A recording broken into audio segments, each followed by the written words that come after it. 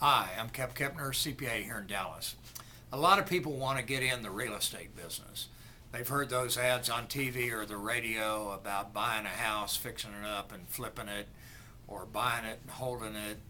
They've studied rich man, poor man, all of these things. And real estate can be a great deal for some people. But if you have real estate losses, those are called passive losses. And there are limits on how much you can deduct in passive losses. So if you have passive losses, you may not be able to deduct them.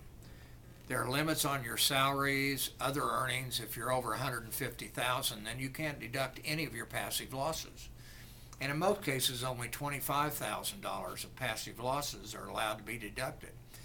But it's different if you're a real estate professional, which means that you spend 750 hours a year or half of your time in the real estate business.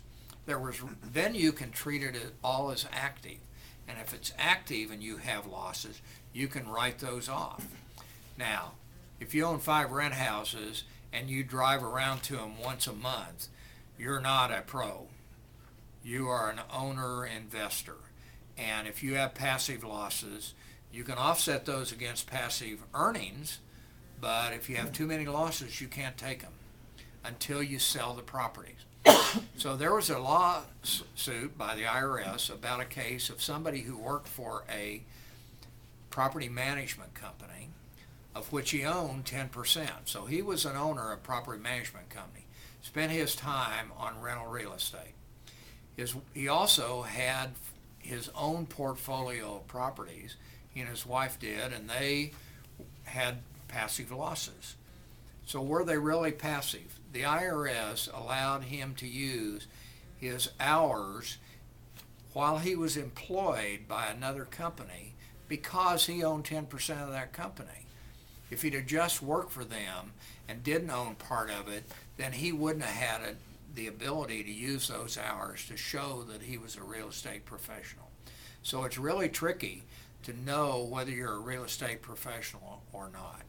The idea is that if you're really a professional and you're making and losing money based upon your skill and knowledge in that business, then you ought to be able to write off the losses as well as take the profits. And that makes sense. But that's not available for guys like you and me who do something else most of the time and just happen to own some rental real estate. So if you need help understanding these rules, we can give you a hand with that. Give us a call. Thanks.